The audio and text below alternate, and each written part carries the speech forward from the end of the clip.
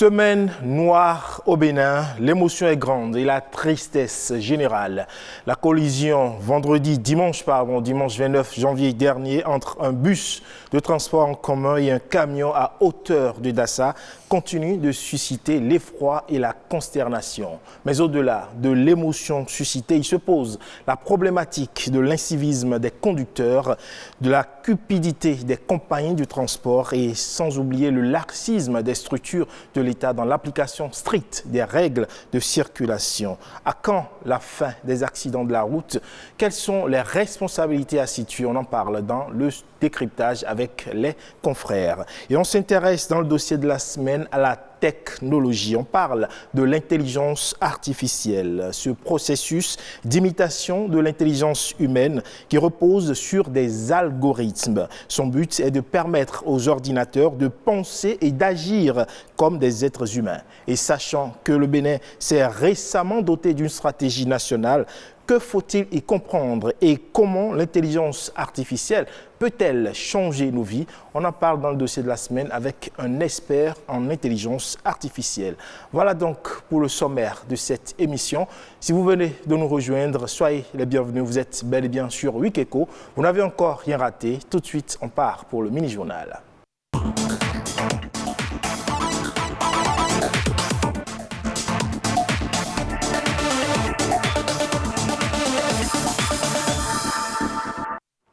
Bonjour à toutes, bonjour à tous. Vous faites bien de rester avec nous sur Wikeko.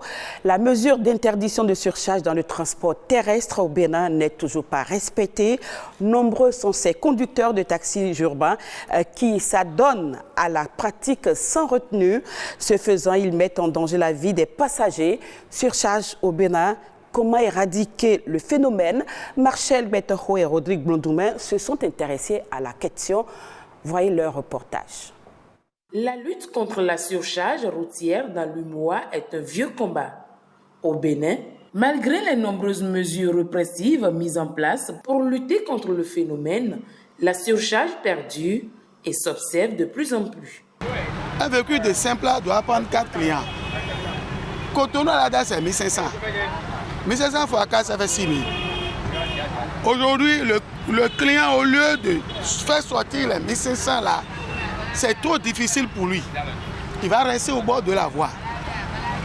Pour prendre un véhicule de 800, tu refuses, tu vas partir. L'autre vient, il va prendre. Maintenant, le chauffeur qui s'est entêté pour faire ça ne peut plus prendre seulement les 4 clients là. C'est ce qui fait que aujourd'hui, il y a encore de surcharge. Les clients ne veulent pas payer le coût normal du transport et cela n'arrange pas le conducteur. Mon tronçon, Cotonou jusqu'à Dassa, Parakou comme ça là, il y a trop de surcharge sur là-bas parce que les clients ne payent pas l'argent de transport bien. Les Topa nous causent d'énormes difficultés parce qu'ils prennent les passagers et les laissent au cours de route.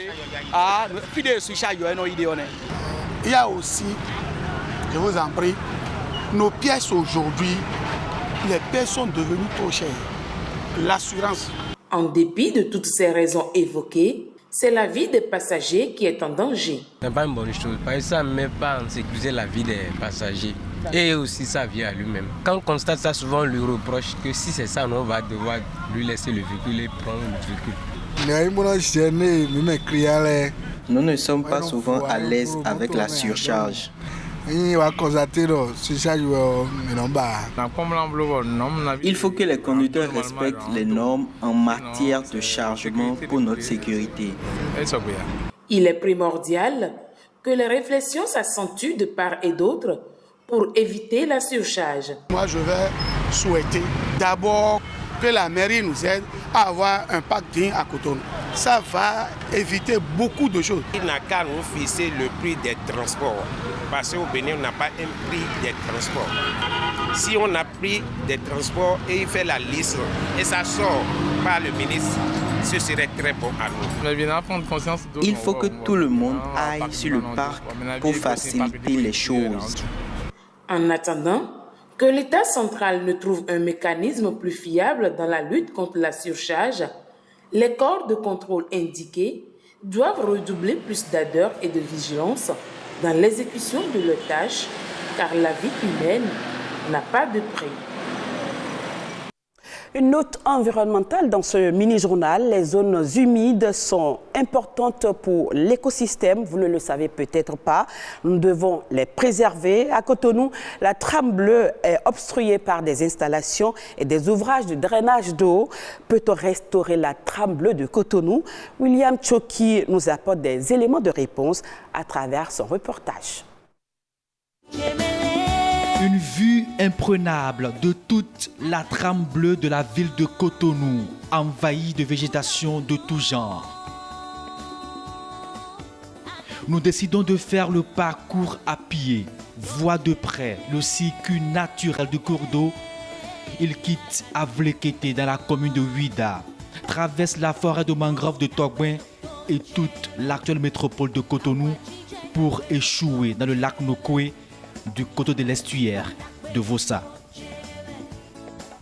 Un parcours naturel aujourd'hui obstrué par des installations humaines et des ouvrages de drainage d'eau limitant ou bloquant la circulation fluide des eaux de pluie. À quelques mètres de la cité Ouéiro, à la descente du passage à niveau se dresse un premier obstacle. Normalement, si ceux qui ont construit le passage supérieur ici avaient compris la lecture du paysage, ils allaient faire un grand pont et non d'aller comme ça. Parce que c'est un cours d'eau principal, c'est connu, il n'y en a pas deux. Le chenal de Cotonou n'est pas un cours d'eau, c'est une fabrique de colons. Ouais, le cours d'eau normal, c'est ici, c'est Togben pour le lac Nokoué, direction Badagry. Il n'y a pas de Togben à la mer, il n'y a pas de cours d'eau qui va à la mer sur le cordon littoral. Tout va à Badagry et pour rejoindre la mer. Donc ici, c'est le principal, qui est le plus proche, le plus grand, le plus proche du littoral. Une dynamique mise en mal tout au long du parcours naturel. Elle serait à l'origine des inondations cycliques constatées dans la ville de Cotonou. Ils ont restreint complètement le cours d'eau maintenant à un collecteur, à des dallots et puis ainsi de suite. Et c'est ça qui constitue le véritable problème. La trame est encore là. On a la chance que la trame est là. Là où on est, on n'a pas un immeuble là-dessus. On n'a pas le palais là-dessus. Donc c'est toujours le cours d'eau est là, la trame bleue est là. Il faut avoir le courage de restaurer cette trame bleue pour que Cotonou puisse vraiment vivre en alliance avec l'eau. Vivre en harmonie avec l'eau. La chose est bien possible, marquent-elles les spécialistes en aménagement. Cotonou, c'est 79 km² de superficie, dont plus de 60% constitués d'écosystèmes humides, près de 80 crêtes, des zones hautes de fortes installations humaines. Lutter contre l'eau serait la pire erreur commise pour la ville métropole. C'est maintenant qu'il faut profiter de la vision du Grand Nokoué pour restaurer ces cours d'eau-là. Parce que là maintenant, on peut restaurer. Il n'y a personne, vous avez remarqué, on peut restaurer en décapant les bétons, en enlevant la ferraille et laisser l'eau à sa place. L'eau a besoin plus de profondeur, l'eau n'a pas besoin de béton. Reconverti de façon intelligente, ce parcours naturel de l'eau, une action qui n'engendrerait pas de casse comme s'imaginent beaucoup de gens, et la cohabitation paisible entre la ressource eau et l'homme est retrouvée. Santé à présent, elle fait partie des maladies tropicales négligées que beaucoup ont déjà oubliées parce que éliminées. Il s'agit de la dracunculose, plus connue sous le nom de ver de Guinée. Dans le reportage qui va suivre, nous faisons un zoom sur une maladie qui nécessite une veille permanente. Jean-Claude James. Une scène d'extraction difficile à regarder, mais très fréquente au milieu des années 80. Une période durant laquelle les cas de dracunculose se comptaient par milliers dans le monde. Par rapport à l'année 1986, 3,5 millions de personnes par an déclaraient être atteintes de la maladie dans environ 21 pays, principalement en Afrique subsaharienne, mais aussi au Moyen-Orient et en Asie. Aujourd'hui, ce nombre a largement chuté pour passer en dessous de 200 cas par an, survenant essentiellement en Afrique. Encore appelée maladie de ver de Guinée, c'est une pathologie invalidante qui n'épargne aucune couche de la société. La dracunculose est une helminthiase transmise par l'eau de boisson et classée par l'Organisation mondiale de la santé, OMS, parmi les maladies tropicales négligées. La dracunculose frappe surtout la population active de 15 à 55 ans. Elle a des effets sociaux et économiques considérables à cause de l'incapacité temporaire qu'elle provoque chez un grand nombre de sujets à une période critique de l'année, période pendant laquelle les gens devraient être dans les champs. À l'intérieur de l'organisme, les larves du parasite se développent pour atteindre le stade adulte. Les femelles mesurent entre 60 et 100 cm avec un aspect ressemblant à celui d'un spaghetti. Les mâles, eux, sont plus petits avec une taille inférieure à 3 cm. Au-delà des impacts au plan sanitaire et social, la maladie affecte aussi d'autres secteurs. Une étude appuyée par l'UNICEF dans une zone du sud-est du Nigeria, peuplée d'1,6 million d'habitants, a évalué à plus de 20 millions de dollars US par année le manque à gagner dû à la dracunculose dans la riziculture. Malgré son éradication confirmée au Bénin depuis 2009, la société civile plaide pour la veille permanente pour éviter toute surprise désagréable. Et ce sera tout pour ce mini-journal. Wikeko se poursuit avec aux commandes Ulvaeus Balogun. Bonne suite à vous. Merci à vous, Héloïse Wilato, pour ces informations. Et on enchaîne tout de suite avec la revue de presse économique.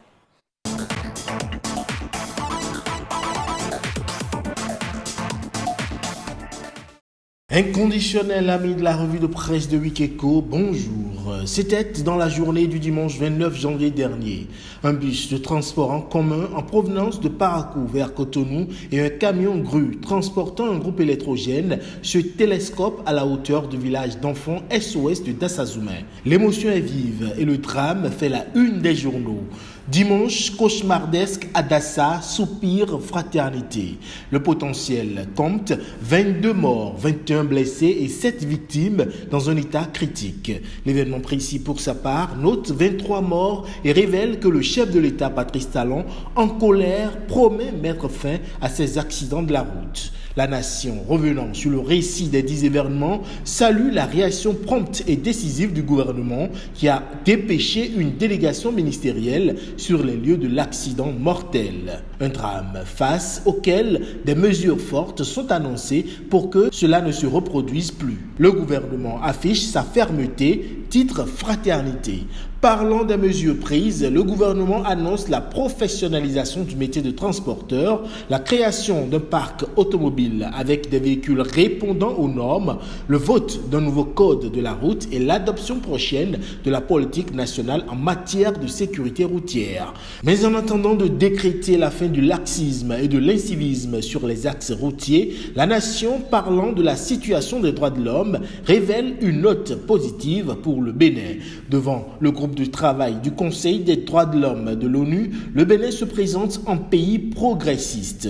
À l'événement précis de renchérir que le Bénin est évalué positivement à l'ONU. La raison, entre autres, la loi fondamentale révisée en novembre 2019 avec notamment la consécration de l'abolition de la peine de mort et l'introduction de la discrimination positive en faveur des femmes. Le potentiel d'en déduire que le Bénin est un pays d'admiration à l'ONU. Et l'admiration du Bénin est également perceptible par Transparency International. Le Bénin fait un pas dans la lutte contre la corruption. L'économiste de titré Indice de perception de la corruption, le Bénin 72e sur 180 pays avec un score moyen de 43 sur 100. Décryptage Info ajoute que le Bénin réalise ses meilleures performances dans l'indice de perception de la corruption depuis 2012. Ce sera tout pour la revue de presse de cette semaine. Wikeko se poursuit en plateau.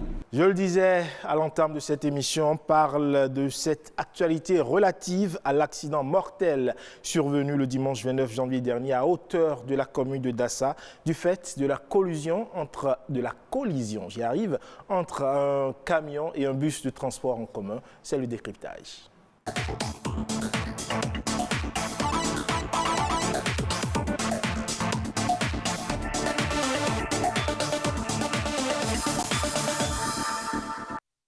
Et en plateau avec moi pour ce décryptage, Gabin Goubi. Gabin, bonjour. Bonjour Ulvaïs Balogun, bonjour aux téléspectateurs de BB24. À côté de Gabin, Christian Sessou. Christian, bonjour. Bonjour, cher Ulvaïs. Alors, chers confrères, voilà ce drame, l'un des plus meurtriers en tout cas que le Bénin a connu ces dernières années. J'imagine que vous aussi, vous avez été frappé par cet effort-là, Gabin. Évidemment, on ne peut pas rester insensible à un tel drame, à une telle épreuve. Je pense que c'est l'occasion, une fois encore, de présenter les condoléances aux familles des victimes. Ces parents-là qui ont été informés par coup des choses de cette nouvelle assez lourde, assez difficile à admettre. Parce que vous avez un parent, déjà le décès d'un être cher est une épreuve. Absolument. Mais si vous apprenez que votre parent ou votre proche meurt dans ces conditions-là, je pense que c'est un motif supplémentaire de peine et de chagrin. Donc c'est l'occasion de présenter les condoléances à toutes ces familles, à toutes ces personnes qui, à leur corps défendant, ont été informées de cette réalité, de ce drame-là. Et je pense que il n'y a que le Tout-Puissant, au-delà, n'est-ce pas, l'homme étant fait de chair et d'âme, il n'y a que le Tout-Puissant pour les consoler à la juste mesure de leur peine. Voilà. Alors Christian, et moi, tristesse. C'est un événement malheureux, douloureux qui a laissé tout le peuple béninois perplexe depuis le dimanche. Je crois que on déplore déjà 24 décès et il y a encore au moins 4 cas extrêmement graves. Et en tout cas, je m'en voudrais à l'entame de ne pas aussi présenter mes sincères condoléances aux familles éplorées et prompte guérison à ceux-là qui croupissent encore à l'hôpital. Alors, chers confrères, il n'y a pas de jour où malheureusement on ne dénombre pas d'accidents de la route. Ce dimanche 29 janvier, on a dénombré environ 5 accidents de la circulation. Cela devient tout de même inquiétant. Tout à fait. Bon, d'abord, quand on ne peut pas parler de transport sans parler d'infrastructure, d'abord il faut dire que le gouvernement qui est là, vu juste, a donné comme priorité la réalisation des infrastructures à travers ce que vous appelez, comment vous appelez ça? Asphaltage. Donc, toutes les villes sont impactées par ces infrastructures. Et avant ça, pour rentrer dans le transport, il y a le sésame, c'est le permis.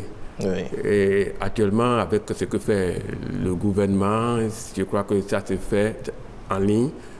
Et la phase théorique du permis de conduire se fait en ligne. Et pour l'avoir, il faut avoir une note de 14.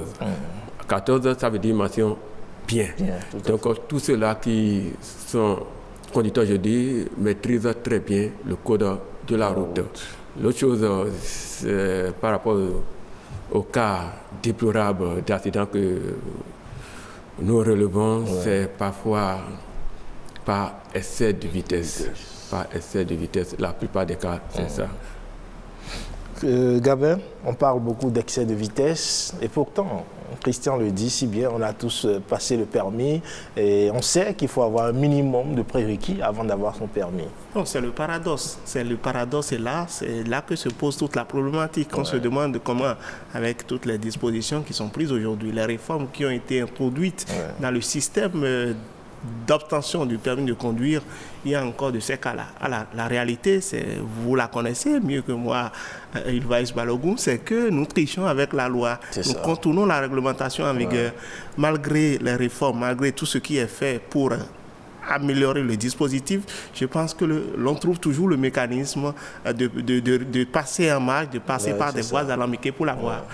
On ne compte plus aujourd'hui le nombre de personnes qui sont restées à la maison et dont les permis leur ont été délivrés comme ça, sans qu'ils n'aient jamais passé l'examen.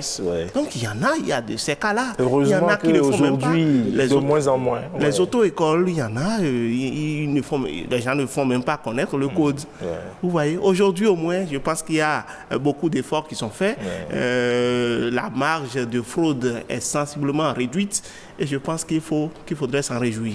Maintenant, au-delà de ça, il y a que quand vous prenez le permis, il y a quand même, vous vous retrouvez quand même face au tribunal de votre conscience sur la voie. C'est ça. Vous voyez, les gens, le Béninois, par nature, est très pressé, c'est-à-dire on viole sans aucun état d'âme le code de la route. Ouais. Une fois qu'on a le permis en main, je pense qu'on se fout du reste. On ne lit même pas les panneaux de signalisation qui sont placés ici et là. Ouais.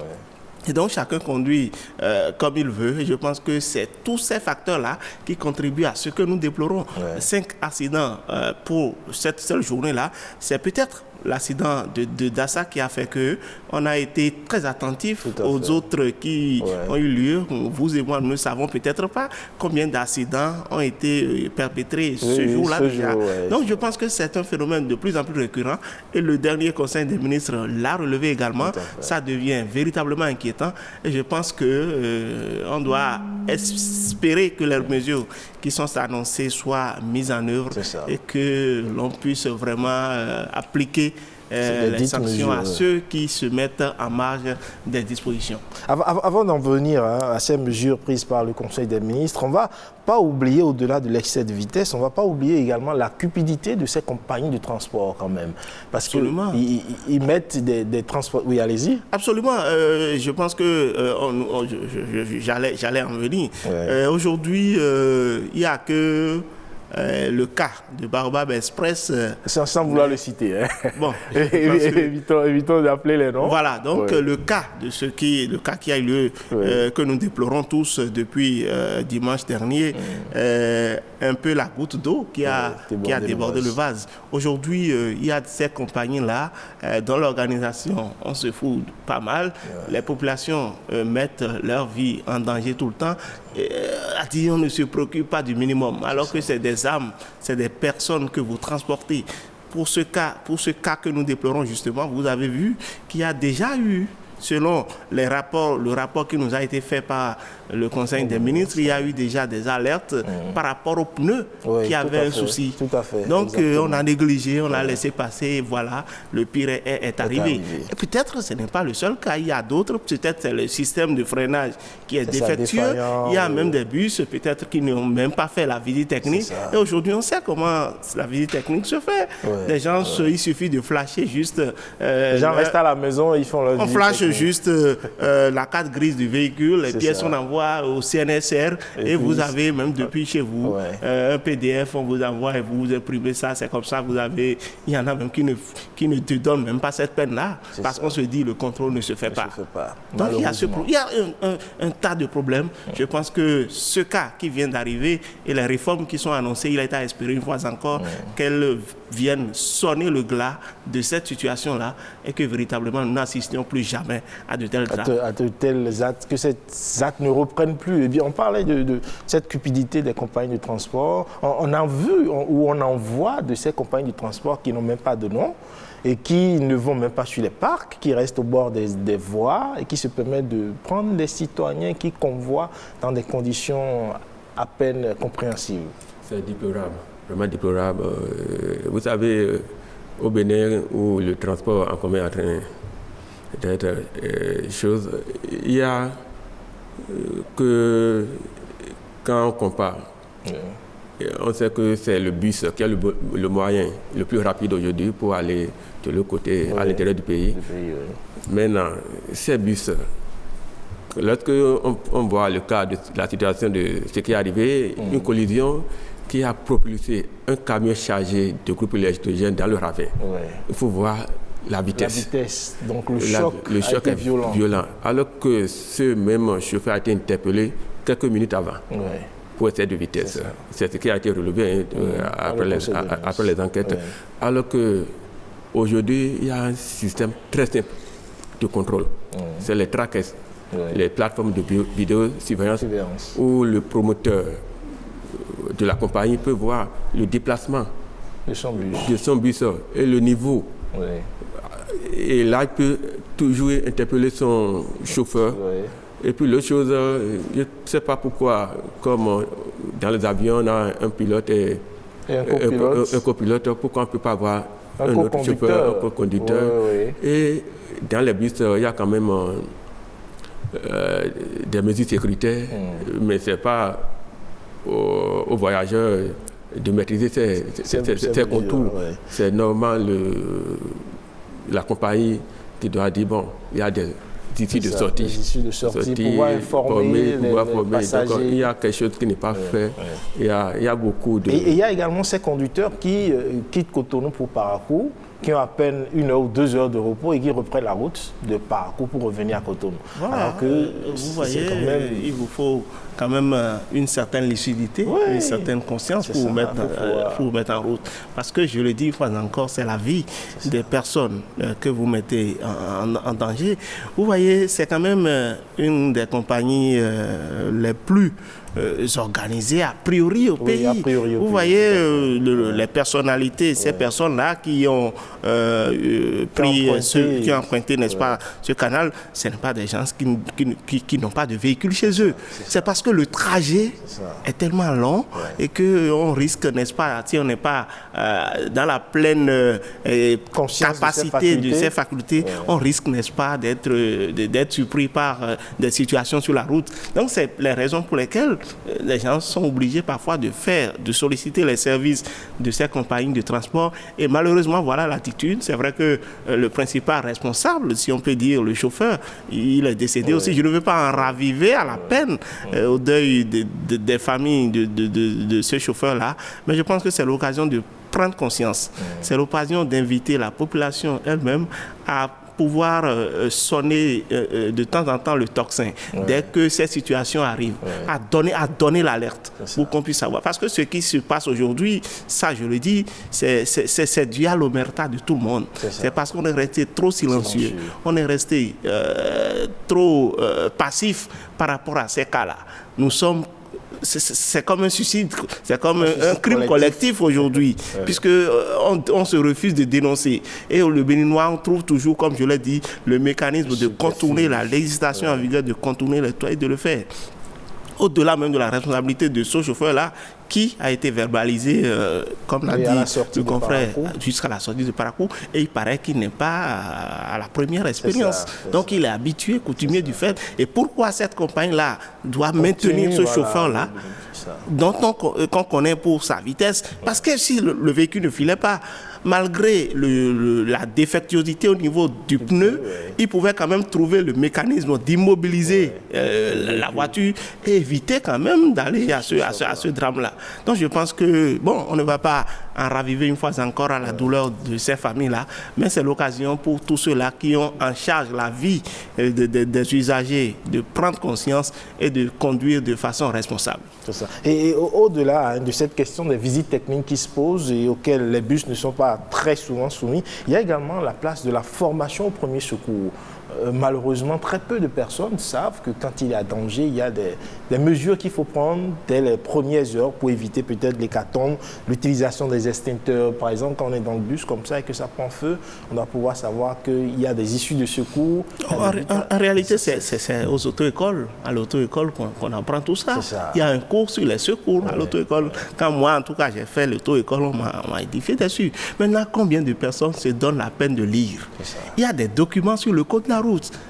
Quand vous êtes usager, comme cela se passe dans l'avion, quand vrai vous rentrez, on vous donne des consignes, cela peut également se passer ainsi dans les bus. C'est vrai que chez nous, il n'y a que les usagers s'intéressent très peu au code pour ne pas avoir fait le permis. Mais je pense que le guide, parce que quand vous êtes dans un bus, il y a quand même un guide. Le rôle du guide n'est pas seulement de vérifier si tous les passagers sont assis, de vérifier tous ceux qui sont à bord du bus. C'est également de leur porter ces petites informations-là. Parce qu'il y a des issues de secours. Si les gens avaient pris connaissance de ce qu'il fallait prendre peut-être un marteau artificiel qui est accroché à la portière pour pouvoir casser, je pense que le drame aurait pu être évité. Encore qu'il faut se demander si ce véhicule-là, ce bus-là était muni de cet instrument-là dans le temps. Donc il y a quand même un tas de questions à se poser. Bon, le pire est déjà arrivé. Il faudrait que ça nous permette de prendre conscience pour que de tels drames ne surviennent à l'avenir. Et pour en finir, que de tels drames ne surviennent à l'avenir, eh bien, le gouvernement, vous avez suivi comme moi, a pris des mesures fortes, en tout cas, pour régulariser, réglementer également le secteur. On parle de la professionnalisation du métier du transporteur. Bien entendu, au-delà de ce que des mesures prises par le gouvernement, moi j'interpelle d'abord les organisations fêtières de ces transporteurs. Il y a par exemple la fédération TT-Bénin qui réunit tout ça. Il y a aussi Octavic pour le transport urbain. Mais au moins Octavic fait un travail formidable. J'ai assisté plusieurs fois à ce qu'ils appellent le mardi de l'épanouissement. À chaque mardi, ils réunissent tous les conducteurs pour leur rappeler le code de la route. C'est des formations, c'est des recyclages. Parce que c'est bon, on a eu le permis, mais... Il faut se mettre à jour. Il faut se mettre à jour chaque jour. C'est ça. Que Dieu fait. Donc c'est déjà un préalable. Et il y a aussi le syndicat INAB aussi fait sur le parking des formations périodiquement. Donc il faut d'abord ce genre de choses. Il faut intensifier ces genres de formations. Et ce que fait le centre de sécurité routière, je voudrais que les sensibilisations se poursuivent à l'intérieur du pays. Il y a une ONG que je remarquais, je crois, ONG Alinayon, qui faisait aussi des sensibilisations remarquables, mais je ne retrouve plus ce genre de personnes. Donc c'est des choses qui peuvent attirer l'attention des conducteurs et des compagnies. Maintenant, revenant aux décisions du gouvernement, le gouvernement a dit dans son conseil des ministres, tirant leçon du drame. Il ne veut pas tirer leçon, il veut faire des actions en amont. Oui, c'est ça. Mais il a tiré leçon du drame. Malheureusement, le pied est arrivé avant que... Il ne veut pas tirer leçon, il devait d'abord prendre ses garde-fous pour que cette situation n'arrive. Bon, c'est arrivé. Il n'est jamais tard pour bien faire. Il n'est jamais tard. Le gouvernement veut renforcer des mesures sécuritaires, c'est bien. Mais ce que je propose au gouvernement, c'est de doter chaque arrondissement de base de sapeurs-pompiers. Chaque arrondissement. Comme la police. Non, la police, chaque arrondissement a sa police. Si c'était le cas, je pense que au moins les sapeurs-pompiers seraient venus en 10 minutes, les sapeurs-pompiers seront donc il faut que chaque arrondissement ait un groupement de sapeurs-pompiers. Donc ils ont parlé de professionnalisation, c'est bon, c'est une grande réforme et je pense que les fêtières ont été fortement sensibilisés sur ça. Il y a eu des ateliers de ANAT sur la professionnalisation. Ils savent que désormais qu'il faut répondre aux normes, aux engagements du gouvernement avant de se lancer dans le secteur des transports. Alors Gabin, cette professionnalisation du métier de transporteur et au-delà même la réorganisation annoncée du secteur routier au Bénin. C'est des mesures à saluer. C'est des mesures à saluer. Aller au-delà de l'annonce, des simples annonces. C'est vrai qu'aujourd'hui, c'est heureux que ce cas-là ait permis de prendre conscience. Sinon, l'idéal aurait été, comme Christian l'a dit, comme beaucoup le pensent également, d'anticiper, de prendre des dispositions en amont plutôt que de jouer, n'est-ce pas, au sapeur-pompier. C'est déjà à saluer la promptitude dont a fait preuve le gouvernement au secours, n'est-ce pas, des victimes, au secours de tous ceux-là qui ont été affectés d'une manière ou d'une autre par ce drame. Les mesures qui sont annoncées, les cellules de crise, l'accompagnement psychologique, mais bon, le mal est déjà fait. Sous ces mesures-là ne permettront pas, n'est-ce pas, de ramener à vie ceux-là qui sont déjà partis. Donc, aller très vite, profiter véritablement pour corser ces mesures-là et surtout les mettre en application.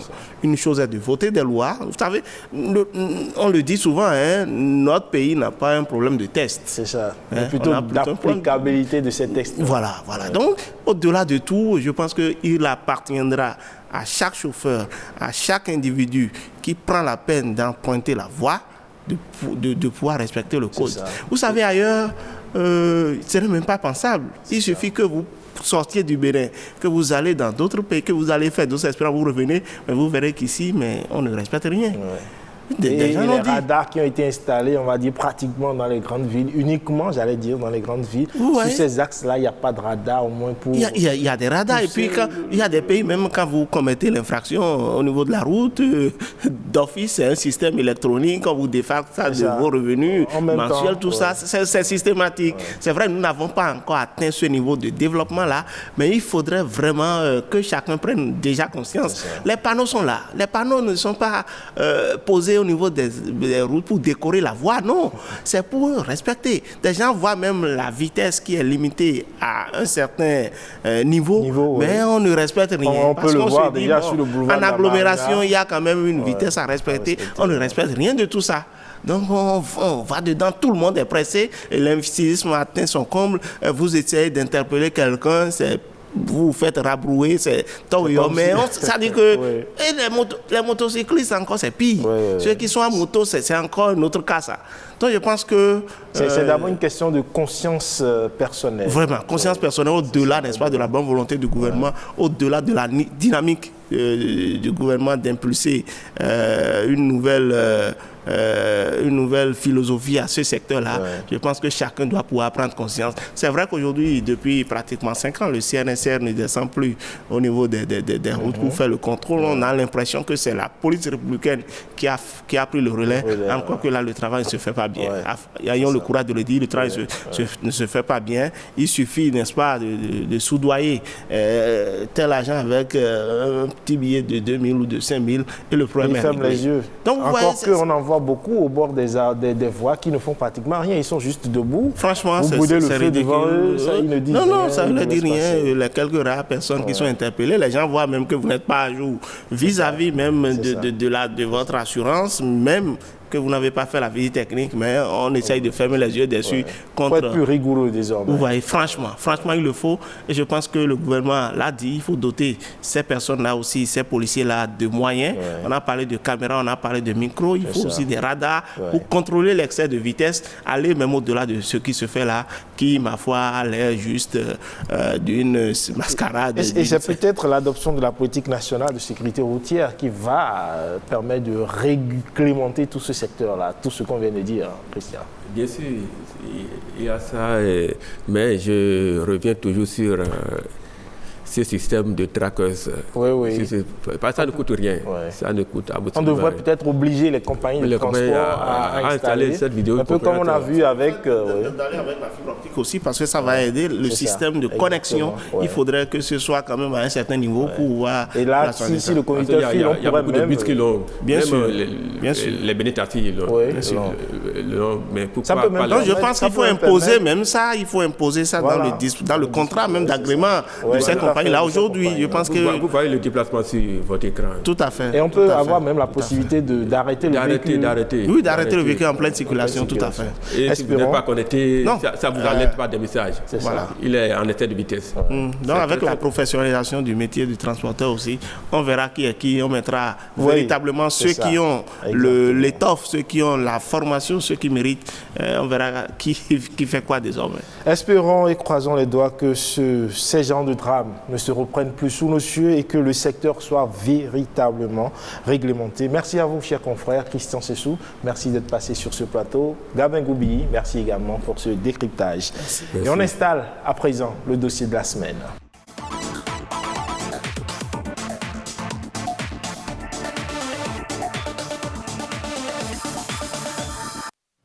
On a de plus en plus tendance à nous en remettre à des machines dans nos différentes tâches. Mais avec les progrès numériques et technologiques, on se questionne. Est-ce que l'intelligence artificielle ne va-t-elle pas finir par remplacer l'humain? Comment la technologie de l'intelligence artificielle peut-elle aider l'humain, les entreprises, voire même un État comme le Bénin? On suit cet élément et on revient en plateau pour en parler. Pour classer et conserver les documents hors d'usage pour une consultation éventuelle, ce classement était l'unique option des archivistes. Aujourd'hui, l'usage de cette option se fait de plus en plus minime. Pour cet archiviste, le numérique et surtout l'apparition de l'intelligence artificielle ont révolutionné la pratique de l'archivage. L'intelligence artificielle intervient dans le domaine des archives. En quel sens? Il existe aujourd'hui divers logiciels qui permettent à l'archiviste d'appréhender, d'auditer, de classer et de verser ces informations, ces données produites par l'entreprise dans un système d'archivage électronique. Je dis, nous sommes à l'ère de l'archivisme 3.0. L'archivisme 1.0, c'est celui qui gère les documents papier classiques. L'archivisme 2.0, c'est celui qui s'occupe de la gère tout simplement. Et l'archivisme 3.0, c'est celui qui s'occupera maintenant de la question des big data. Quand on parle d'intelligence artificielle, c'est du big data, il s'agit. Les volumes d'informations et la nature des documents numériques font que les documents ne peuvent plus être manipulés physiquement. Le Bénin œuvre depuis peu pour rendre son administration intelligente. De nombreux actes sont mis sur le site du gouvernement et de nombreux services sont disponibles pour faciliter à la population l'obtention des documents administratifs. Si le digital prend le pas, l'archiviste ne disparaît pas pour autant. En ce qui concerne les services, par exemple, dans la conception du logiciel, par exemple, cela nécessite essentiellement 3 acteurs. Il y a d'abord l'archiviste, il y a l'informaticien, il y a le service juridique. L'archiviste intervient en quel sens? Lui, il s'occupe de la conception du plan de classement, du tableau de gestion, c'est-à-dire du système d'archivage électronique en fait. Nous, archivistes, en tout on se dit, on espère vivement qu'on n'assistera pas plus tard, comme tel est le cas aujourd'hui, où on parle du vrac de documents, qu'on n'assistera pas au vrac numérique. Récemment a été lancé le Data Center, le centre de conservation des données numériques. Une révolution qui nécessite tout de même que les sachants du domaine soient formés convenablement afin de relever les nouveaux défis d'archivage. Que ce soit au Bénin, au Sénégal, en Côte d'Ivoire ou dans la sous-région, la formation en fait, dans le domaine des archives est un peu dépassée. Elle est encore classique. Pour outiller l'archiviste béninois, je prends le cas, à faire face au data center, il va falloir déjà que l'école formatrice des archivistes prévoit son système d'enseignement, les programmes de formation, pour orienter les cours vers le numérique.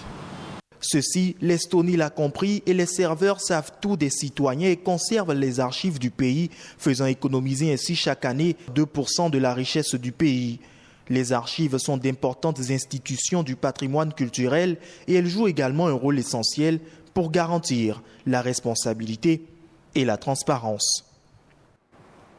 Et voilà, des serveurs qui savent tout des citoyens. Le Bénin est également sur ce chemin et on en parle avec notre expert en transformation digitale, Fawaz Saïzonou. Bonjour. Bonjour monsieur, bonjour madame. Bonjour à vous.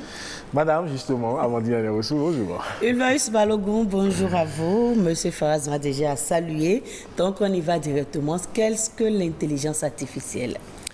L'intelligence artificielle, il n'y a pas de définition appropriée à cela, à part dire que c'est juste l'imitation de l'intelligence humaine, c'est-à-dire que son but est de reproduire, d'agir comme les humains, avec toutes les données qu'on lui apporte et tous les calculs qu'il fait. Donc pour cela, il faut principalement de l'informatique, il faut des données et il faut des algorithmes. Et c'est tout ça qui se mixe pour donner l'intelligence artificielle. Et comment se développe-t-elle alors ? Elle se développe dans les pratiques de tous les jours. Aujourd'hui, chacun contribue à sa manière à l'intelligence artificielle. L'utilisation de vos données, toutes vos conditions de vie, vos habitudes de dépenses, vos communications, vos relations professionnelles. Tout est mémorisé quelque part dans votre smartphone. On vient de suivre un élément, par exemple, sur l'archivage. Est-ce qu'on peut dire que quand on parle d'intelligence artificielle égale archivage numérique, est-ce qu'il y a un lien ou bien ça va au-delà? Non, l'archivage est un sous-ensemble partie intégrante de l'intelligence artificielle, puisque comme je vous ai dit, c'est l'utilisation des données. Donc l'archivage, c'est les données passées. Nous avons les données présentes et c'est ces données qui sont analysées, qui sont calculées par des serveurs via une création peut-être de neurones scientifiques et qui calculent tout et qui peut définir les habitudes de consommation ou les utilisations habituelles et usuelles.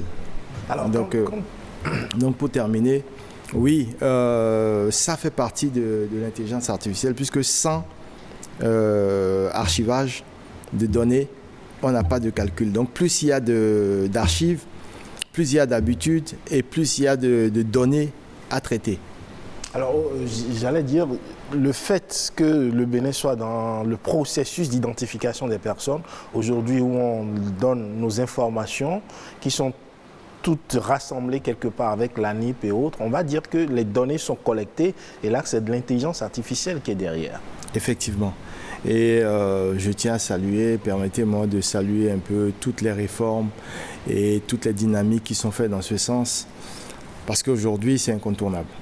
C'est incontournable si on veut évoluer, si on veut progresser, on est obligé de prendre cette tendance. Et voyons tous les efforts qui ont été faits par le gouvernement depuis de longues années, pour essayer de réduire la fracture numérique, la fracture digitale. Aujourd'hui, nous y sommes parce que nous utilisons nos téléphones, nous utilisons nos ordinateurs, nous utilisons tous les objets connectés comme d'autres pays. Et toutes les utilisations de ces devices, de ces objets, génèrent des données. Et ces données doivent être traitées. Donc, quand on parle d'intelligence artificielle, c'est le traitement aussi de ces données. Pourquoi? Parce que vous avez vos manières de faire. Qui sont votre intelligence? Il a ses manières de faire. Qui sont son intelligence? À partir de tout ça, par rapport aux données qu'on lui insuffle, il nous donne un résultat. L'intelligence aujourd'hui est pratiquement faite pour diriger. Okay?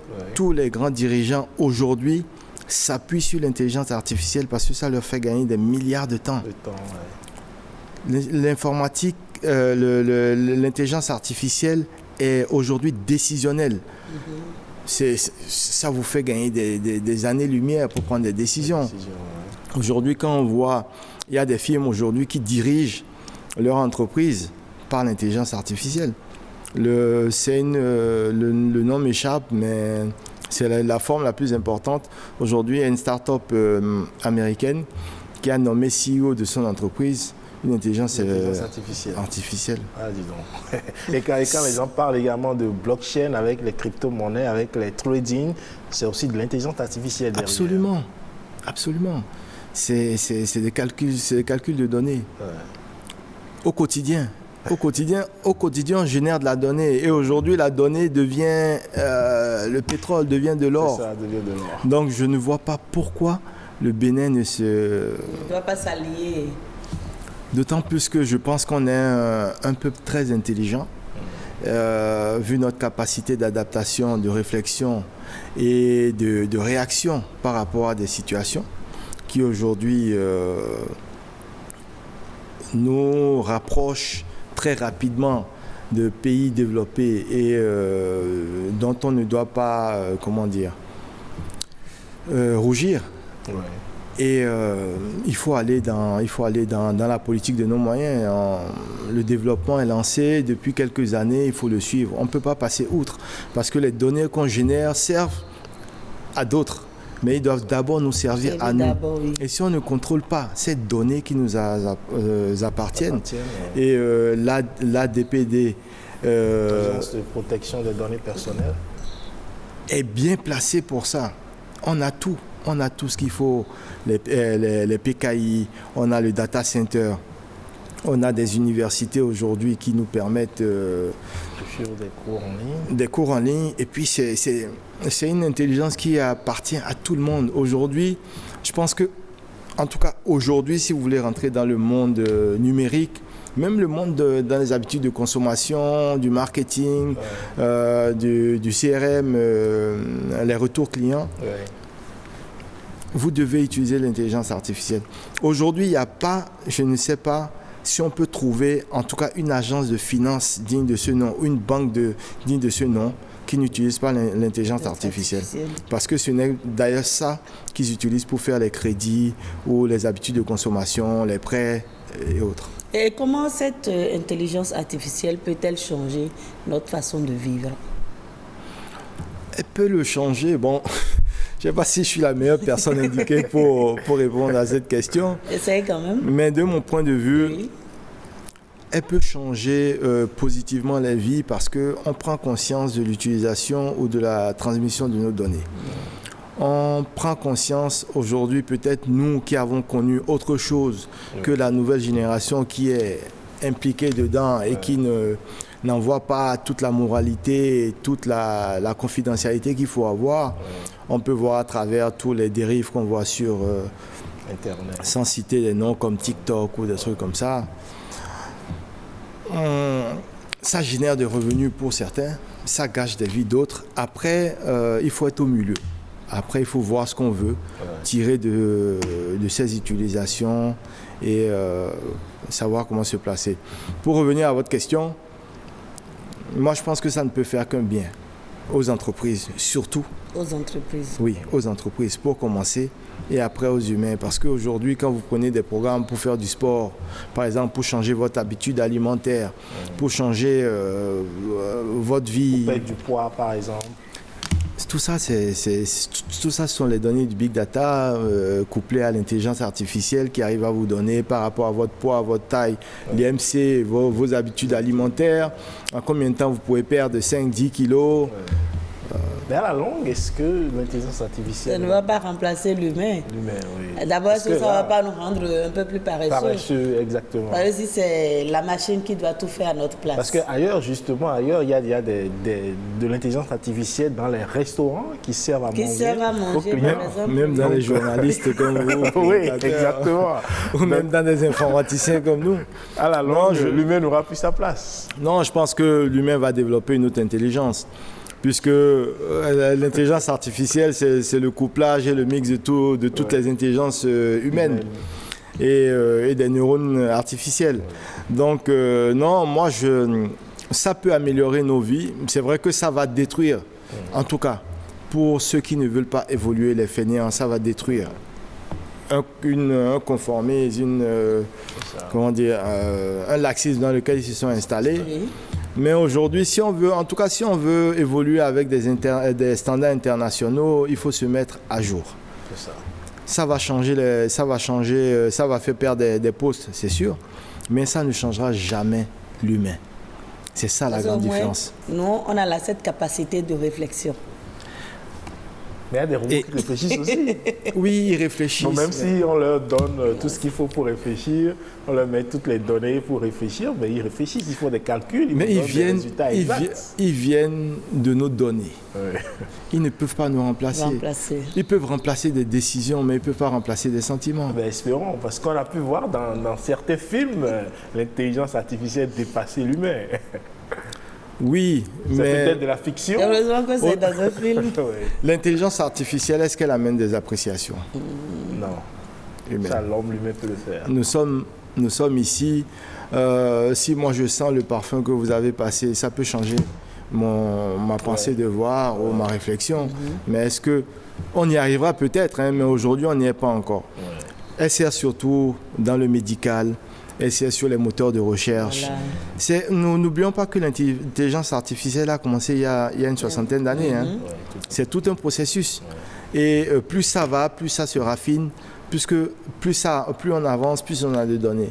Vous comptez le nombre de personnes qu'il y a sur cette terre, il y a autant d'usages que de données. C'est ça. Parlons maintenant du Bénin qui a récemment adopté une stratégie nationale d'intelligence artificielle. En quoi est-elle importante? C'est important, très important, parce que vous voyez, on a commencé par un data center national, on a commencé par un data center au MEF. On a ensuite fait tous les processus X-Road, PKI, e-service. Je vais vous couper rapidement pour ceux qui ne comprennent pas ce qu'on appelle data center. Data center, c'est un centre de données, donc où convergent toutes les données reçues par les utilisations, ce n'est que des serveurs qui emmagasinent toutes les données et qui les protègent. Voilà. Donc vos données sont bien protégées au Bénin, je vous rassure. Ok, allez-y maintenant. En quoi l'intelligence artificielle est-elle importante pour le Bénin? Parce qu'en fait, aujourd'hui, avec l'utilisation des e-services, l'utilisation de l'informatique, des habitudes de consommation, des ventes, aujourd'hui, pratiquement tout le monde est vendeur sur WhatsApp ou sur Internet. On a plus de vendeurs en ligne aujourd'hui que de... Voilà, c'est des opportunités. Donc ces opportunités sont des habitudes, sont des intelligences de vente, sont des processus de vente. Et toutes ces données doivent être consignées quelque part, traitées et revendues Parce qu'aujourd'hui, on attire par le tourisme, on attire par l'agriculture, mais on peut aussi attirer des investisseurs par l'informatique, par la donnée, par la data. Puisque il ne faut pas oublier que beaucoup de choses sont parties de l'Afrique et beaucoup de choses reviendront en Afrique. Donc il faut attendre ces retours et savoir comment les convertir. Mais vous parliez tantôt de vendre les données. Est-ce que cela n'expose pas le citoyen dont on recueille les données? Peut-être sans son avis. Avec ou sans son avis, les données sont déjà là. Ouais. Peut-être pas chez nous directement, mais Google, IBM, Amazon, tous, Yahoo, tout ce que vous faites. Tous les jours, on valide quand même quelque chose sur Internet. Rien que le fait que tu sois connecté et qu'il y a de l'échange de données, tant que tu dépenses de la data, tu donnes de l'information. Alors pourquoi ne pas contrôler à minima ces informations chez nous plutôt que les donner aux autres? La donnée, c'est la prochaine arme nucléaire. Nucléaire. Ah oui, tout se fait aujourd'hui par l'intelligence artificielle et par la donnée. Alors, quand un pays comme le Bénin se dote d'une stratégie nationale de ce genre-là pour maîtriser l'intelligence artificielle, maîtriser les données des citoyens. Maîtriser les données. Oui, maîtriser les données des citoyens. Et s'il n'y a pas, comme on a pu l'entendre dans l'élément, un vrac numérique, oui. Le risque de perte des données. Il n'y a pas de risque zéro dans quoi qu'on fasse. Il n'y a pas de risque zéro. À part... Et je salue encore une fois l'initiative du gouvernement et l'accompagnement qu'il apporte à des acteurs du numérique comme nous.